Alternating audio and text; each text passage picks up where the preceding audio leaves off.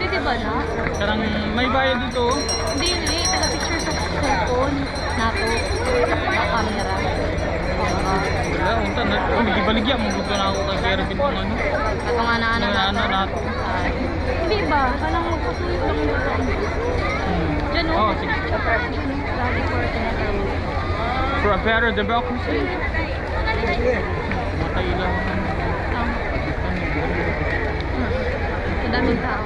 Dati din naman siya ng Ayaw mo dito. Ano naman?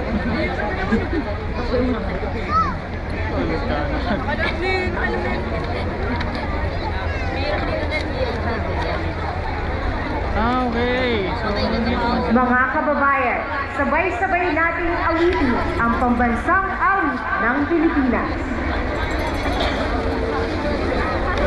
Ay, ganda.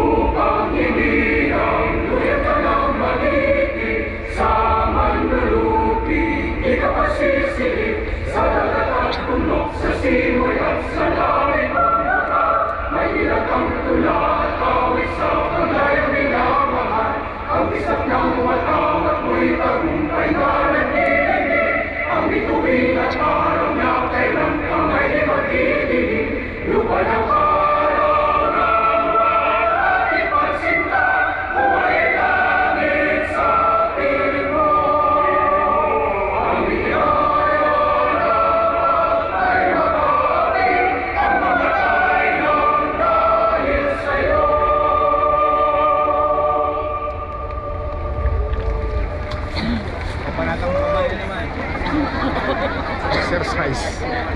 Elementary lang exercise. Ako po'y naimbitahan ng kapatiran ng Iglesia ni Cristo at ako po'y natutuwa sa aking napakinggang aral. Lahat ng sinabi ng tagapagsalita ay hango lahat sa Biblia ang kanyang tinalakay. Sinasangayon ako po ang pagrarally ng Iglesia ni Cristo. Maganda layunin na ito'y sa ikabubuti ng mamamayang hindi lang taga Maysulao kung hindi sa buong Pilipinas. Bilang punong barangay, ako po'y nagpapatuto na hindi ito politika kung hindi ito'y para bulalas ang kaloobin ng mamamayan para sa ikabubuti rin naman ng ating bansa. Sa narinig ko po kanina, at talaga namang totoo, para maging mabuti ang bansa, una, dapat ay mahusay ang pinuno, maging maayos ang kanyang pamamahala. Kami po sa barangay, wala man ang aming physical na katawan sa rally, nandito naman po ang aming mga mata, tenga, para makinig at sa TV at sa programa na gagawin ng kapatirang Iglesia.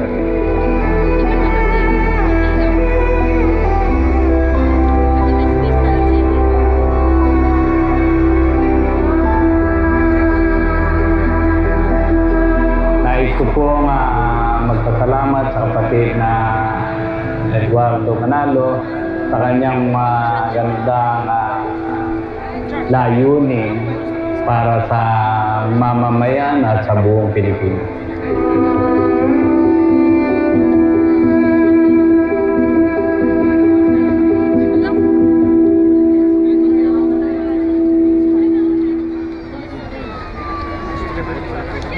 Magandang hapon ulit mga kapatid, mga kababayan.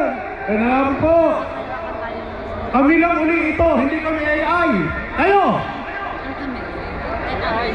Arvin po, Arvel, double A, parang battery, ever ready, full of energy. Handa na ba kayo ulit? Mahina, Arvel, mahina. Parang mahina eh. Handa na ba kayo? Buti pa si Kapitan.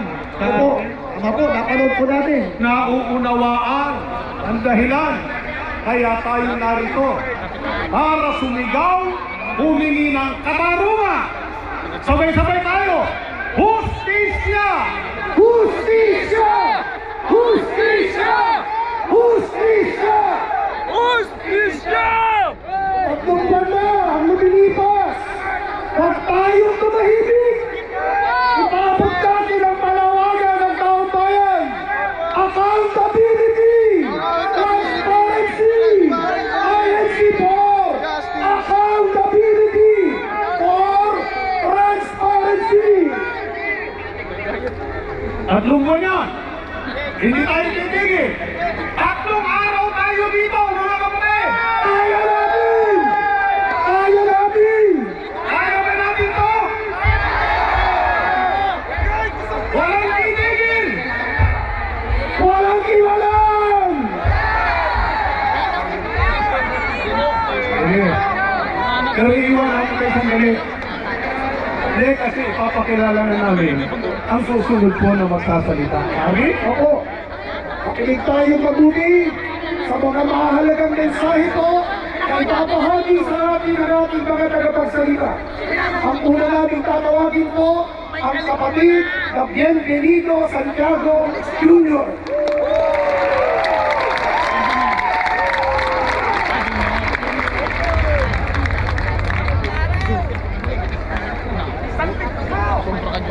Mga kababayan, magandang araw po sa inyong lahat.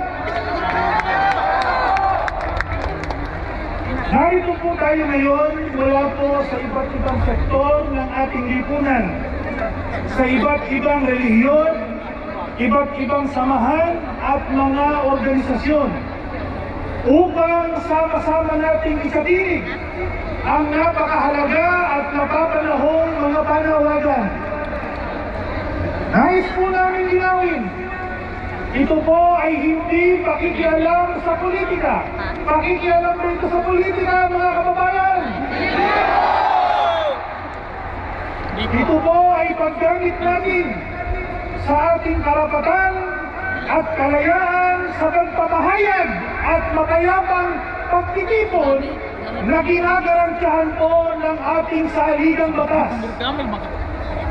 Ang Iglesia ni Cristo po ay kaisa ng marami nating kababayan na kumukundi sa napakalaking korupsyon sa mga flood control projects na kinasasangkutan po ng mga matataas na opisyal ng ating pamahalaan.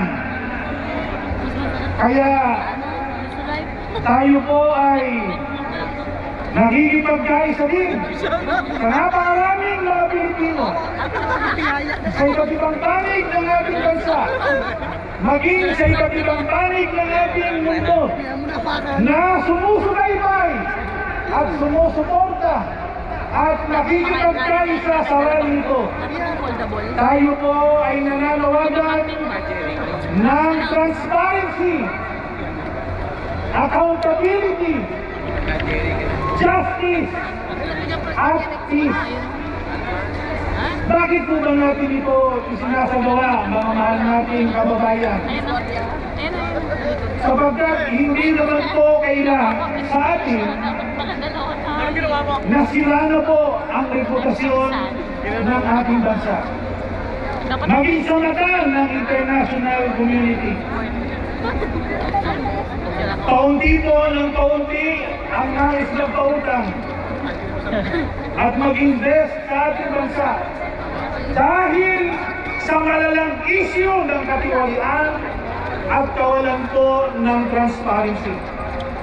Sipin nyo, mga kababayan, mismong Pangulo po ng South Korea ang nag-utos na ipatigil ang kanilang bilyong-bilyong pisong infrastructure loan proposal para sa Pilipinas. Ano po ang kanilang dahilan? Dahil po sa potential for corruption sa proseso ng pagpapatupad dito. Nag-aalala sila na yung buwis ng kanilang mga mamamayan kukuraputin lang dito sa ating bansa. Yun ba ay nakakahiya, mga kababayan? Ito pa isa.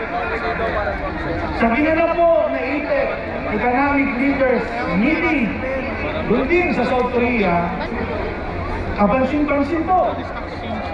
Wala pong tiyak na investment pledges mula sa alinlang bansa para sa Pilipinas.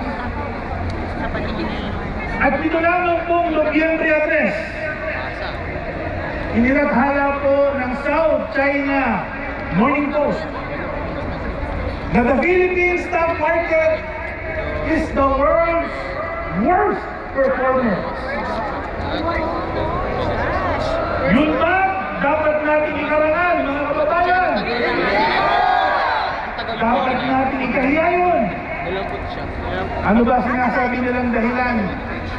Kaya ang Philippine stock market ay ang world's worst performer.